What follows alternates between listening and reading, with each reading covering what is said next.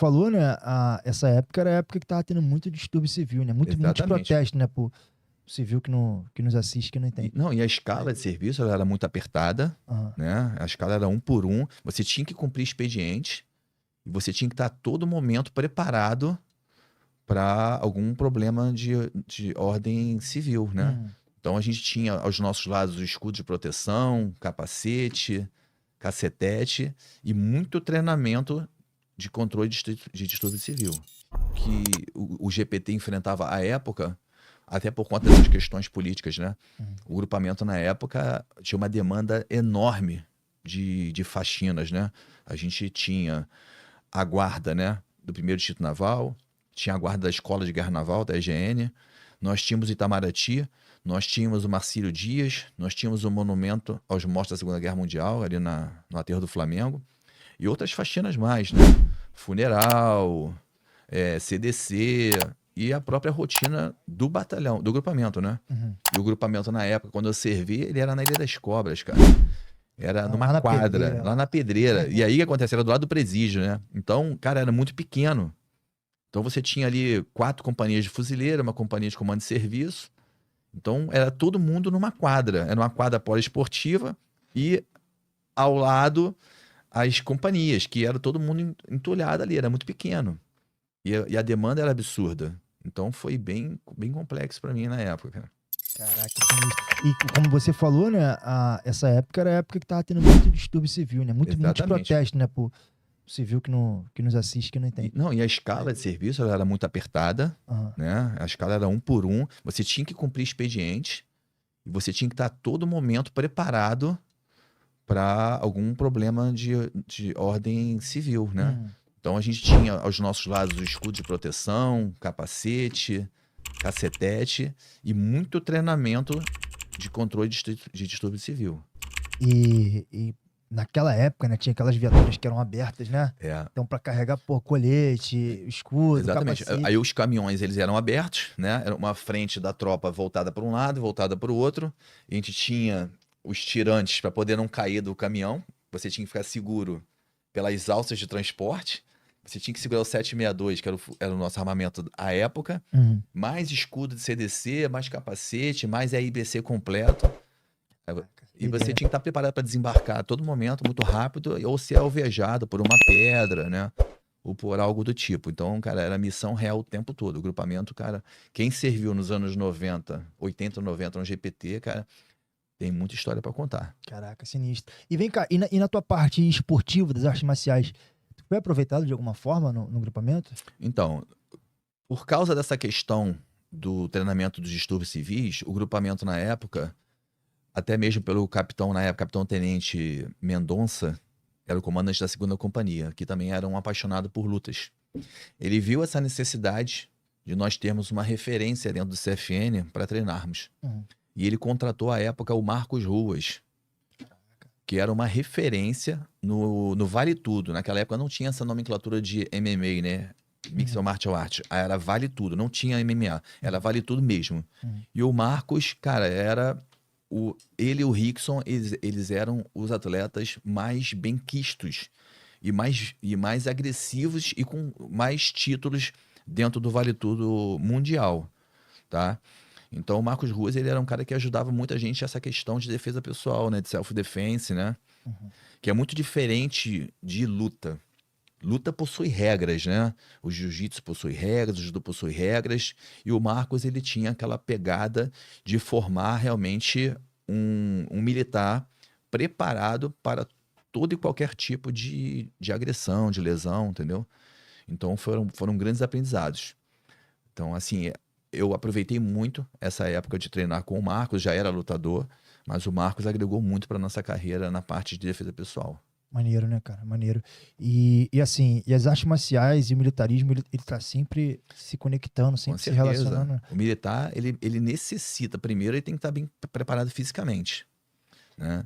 E o militar, dentro do seu escopo de trabalho, ele necessita saber lutar, porque em algum momento ele pode migrar do combate armado para o combate corpo a corpo, Uhum. entendeu? E a gente também, né, além da minha formação acadêmica em educação física, eu sou formado em direito também. Então, o militar ele tem que estar antenado sobre o uso progressivo da força, sobre o gerenciamento de crise, saber repelir uma injusta agressão de forma moderada, com base até na legislação, né, no artigo 25º do Código Penal, né?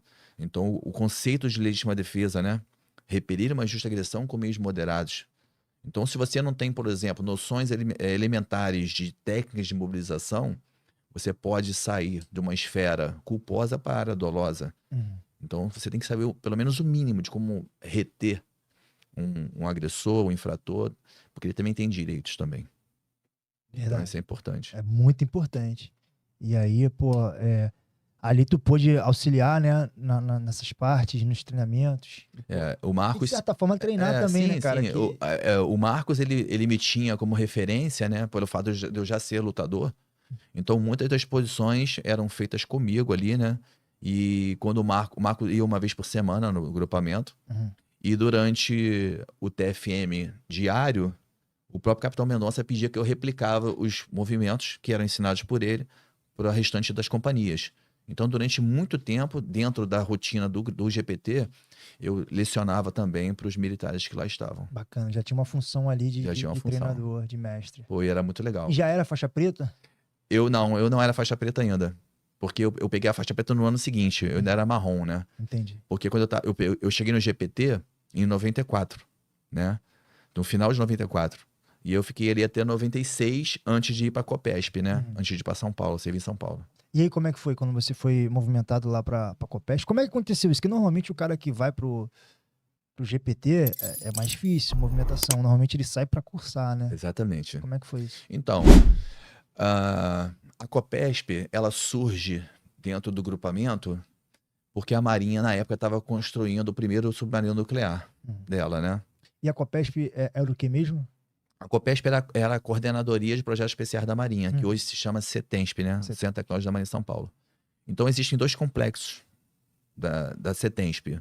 Um que fica dentro da USP, da Universidade de São Paulo, tá? Hoje é a parte de projetos, de maquetes, onde tem um reator. E a parte de testes era feito dentro do complexo de Aramar, no interior de São Paulo. Então, foi uma época também de destacamento. Tudo era muito novo, né? A unidade era nova, nós não tínhamos alimentação, tudo era pago através de NRs, né? E foram, assim, momentos legais. Assim, por um lado, financeiramente você era bem remunerado, entendeu? E você saiu também, e a gente saía também muito daquela questão do distúrbio civil, dos conflitos, né? Que estava no interior. Uma vez ou outra que a gente tinha alguns conflitozinhos, que era o pessoal do Green Pit, né? Que era contra a questão do enriquecimento de urânio, dos projetos nucleares, que é uma prática normal deles, entendeu? Mas a Marinha, ela tinha que avançar, evoluir. E já na época de 90, a Marinha já estava ali desenvolvendo esses projetos para poder construir o primeiro submarino nuclear, que era o Tamoio. Bacana. E a gente estava lá, tomou em 94, estava lá. Caraca, maneiro. Já perfilando. Legal. E tu ficou ali por quanto tempo lá? Depois você saiu, né? Você optou para seguir a carreira civil. Mas como é que foi isso aí nesse período? Então, a gente, naquela época, Pedro, o que estava acontecendo? Tava meio atrasado as promoções para cabo, entendeu? E nós tínhamos no GPT militares de 85, 86, que já estavam já emendando quase 10 anos já. E naquela época tinha o Navegando às Escuras. O militar ia a cabo sem especialidade. Ah, sim. Entendeu? Sim. Tinha isso na época ainda. E a Marinha ficou numa condição um pouco complexa por causa disso, porque tinha muitos militares que não estavam indo cursar, porque não tinha vaga para cursar. Até por causa dessa questão da instabilidade, né, do governo, né? E não estava abrindo vaga para curso. E aí eu comecei a já perceber que, tendo militares muito mais antigos do que eu, não indo cursar, que provavelmente nós também não iríamos. E eu ia ficar muito tempo ali, né? Então já ali, já em 98, 99, eu já era no meu quarto, quinto ano de Marinha, eu falei, cara, eu tenho que tomar uma decisão na minha vida. Né? E aí foi quando eu recebi o convite, né, do meu tio para poder ir para Angola, entendeu? Então, nós éramos 10 comandos do Exército, menos eu, né, que não era do Exército. E aí foi quando eu saio da Marinha peço para sair e vou trabalhar na Odebrecht. Bacana. É. E ali já era uma atividade totalmente diferente, né? Trabalhando com o pessoal de operações especiais do Exército. Então aí, nesse Como é caso... que era o cenário político da época lá? Rapaz, isso aí que foi realmente muito, mas muito complexo para mim. Apesar de eu já ter um treinamento militar voltado para a questão do distúrbio civil, lá era missão real o tempo todo. Por quê? Porque Angola, nos anos 90, né, ela estava enfrentando uma guerra civil. Nós tínhamos lá um general chamado Marcelo Savimbi, que era de esquerda, né? Ele era tudo contra o governo, de direita.